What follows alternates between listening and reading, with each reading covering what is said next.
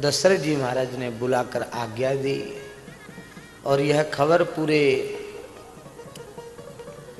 अवध में बिजली के समान फैल गई।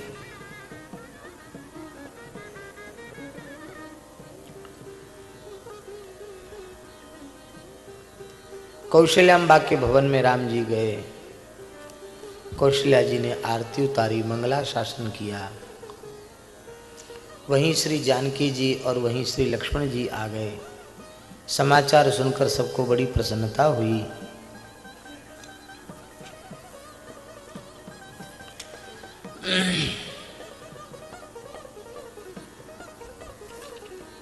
माता ने प्रसन्न होकर के कहा,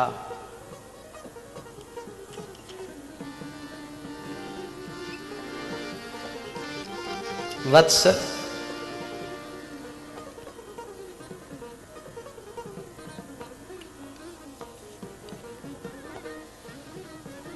आज मेरा जननी तो सफल हुआ है।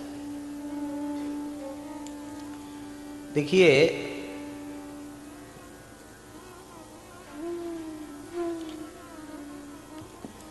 इसका तात्पर्य यह नहीं है कि माता कौशल्या यह कहना चाहती हैं कि मेरे पुत्र को राजा बनाया जा रहा है, मैं राजा की माता हो गई, राजमाता हो गई, मेरा गौरव बढ़ गया, इसलिए मेरा जन्मित सफल। ये नहीं। माता कौशल्या के कहने का भाव है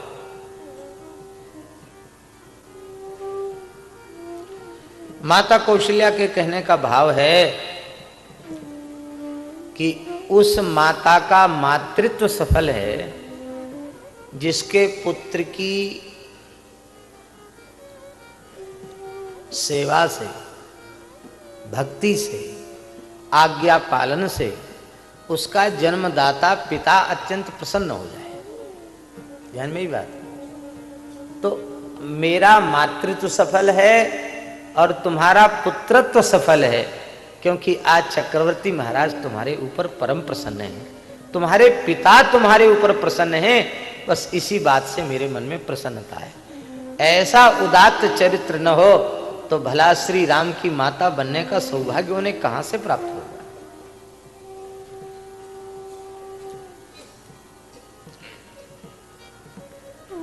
उत्पन्न हो जाने मात्र से कोई पुत्र नहीं होता। पुत शब्द का अर्थ नरक है, त्र माने त्राण। जो अपने पूर्वजों के नरक से उबार दे उसे पुत्र कहते हैं। हमारे यहां पुराणों में लिखा है, जीवतो वाक्य करणात् क्षयाहे भूरि भोजनात् गया पिंड प्रदानाच त्रिभिः पुत्रस्य पुत्रता। 3 काम करने से पुत्रत्व प्रमाणित होता है। कौन कौन? पहली बात है जीवतो वाक्य करणात्। जब तक माता पिता जीवित रहें तब तक उनकी प्रत्येक आज्ञा का प्रसन्नता पूर्वक, श्रद्धा पूर्वक, अक्षरशः पालन करे। जीवतो वाक्य करणात्, आज्ञा पालन करने से।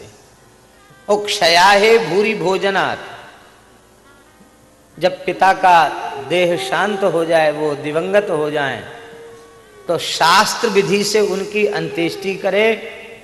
पिंडदान, दशगात्र आदि क्रियाएं शास्त्र विधि से करे और अपनी सामर्थ्य के अनुरूप पवित्र सुपात्र ब्राह्मणों को भोजन करावे, उनका मृत्यु भोज संपन्न करे।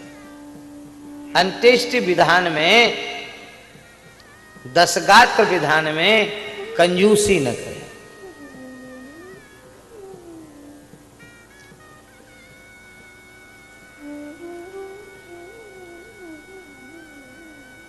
ऐसे भी दृष्टांत देखे जाते हैं। उदाहरण कि बाप मर गया, संस्कार तो अब लड़कों को ही करना है और कौन करेगा। पर संस्कार के बाद घर में पंचायत बैठ गई, तेरे ही कौन करेगा। लड़कों में झगड़ा हो रहा है, हम नहीं करेंगे, हमको दिया ही क्या पिताजी ने, हम नहीं करेंगे, हम नहीं करेंगे, हम नहीं करेंगे।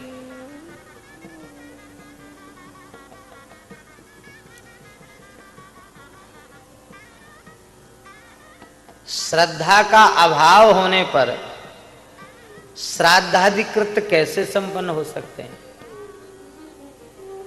श्राद्ध क्या है? हमारी अपने पूर्वजों के प्रति श्रद्धा युक्त, जो उनके परलोक में उनके तृप्त होने की एक जो कर्मकांड की विधि है, प्रक्रिया है, उसको हम श्राद्ध कहते हैं। श्रद्धा होती तो झगड़ा करते कि हम तुम करो तेरी ही, तुम करो तेरी ही, और चंदा करो, ये बात होती। प्रामाणिक व्यक्ति हैं गीता प्रेस के संपादक श्री राधे श्याम खेमका जी, वैश्य होकर भी त्रिकाल संध्या, 1 सहस्र गायत्री का नित्य जप, नित्य बलि वैश्वदेव और नित्य तर्पण और अमावास्या को श्राद्ध। भगवान की दया से वह एक नमूना है। और उन्होंने एक बात बताई, कल की ही बात, उन्होंने पहले भी बताया था लेकिन हम भूल गए थे। कल उन्होंने बताया कि महाराज जी एक नई पद्धति देश में विकसित हो गई है, 3 दिन में ही सब काम खत्म कर देते हैं, सूतक उतक सब खत्म, 10 गात्र बरही तेरही सब तीसरे दिन जैसी आराम, सब अपने अपने काम पे चले जाते हैं।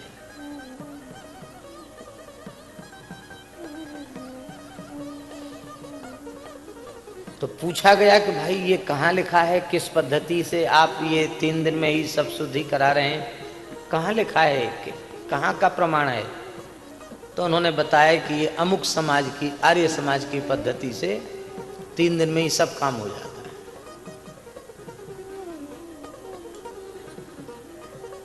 पद्धति किसी समाज या किसी संगठन की नहीं होती है, पद्धति तो वेदादि शास्त्रों में जिसका निरूपण होता है उसे हम पद्धति कहते हैं।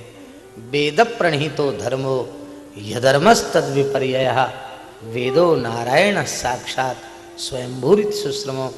वेद में जिसका विधान किया गया है वो धर्म है, वेद में जिसका निषेध किया गया वो अधर्म है। हमारे पूर्वज उतने बुद्धिमान नहीं थे, हम उनसे ज्यादा बुद्धिमान निकल गए। उन्होंने समय की कीमत नहीं समझी। वो 13 दिन तक आदमी तो मर गया, उसके पीछे पड़े हुए हैं सब काम धंधा छोड़ के। वो पढ़े लिखे नहीं थे, वो बुद्धिमान नहीं थे। हम ज्यादा बुद्धिमान हो गए, हमको अपने ज्ञान की अपच हो गई, अजीर्ण हो गई, तो अपने पूर्वजों को मूर्ख ठहराने लगे। कितने दुर्भाग्य की बात है। हमें गौरव है कि हम सनातन धर्म में पैदा हुए हैं, हमें गौरव है कि हम भारतवर्ष में जन्मे हैं। यही पूरी धरती पर एकमात्र ऐसा धर्म है जो मृतात्मा के कल्याण का विधान करता है। और बताइए कोई ऐसी पद्धति है जहां मृतात्मा के कल्याण की पद्धति हो? यही एक ऐसा पवित्र धर्म है।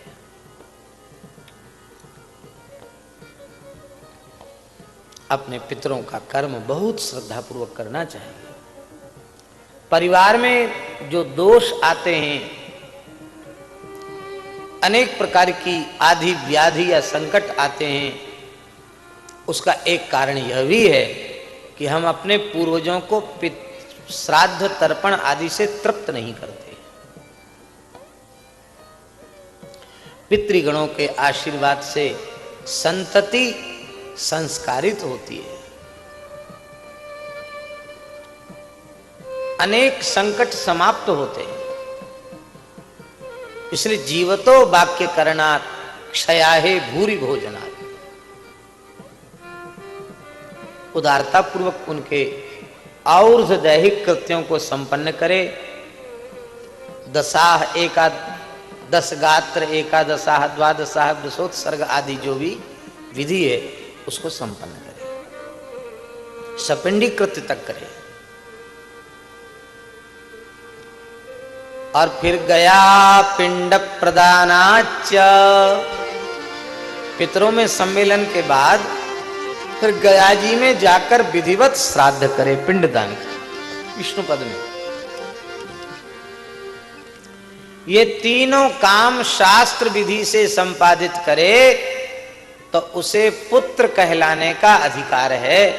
ये काम 3 काम न करे तो उत्पन्न होने मात्र से, पैदा हो जाने मात्र से हमारे धर्म शास्त्र में उसे पुत्र कहलाने का अधिकार नहीं है।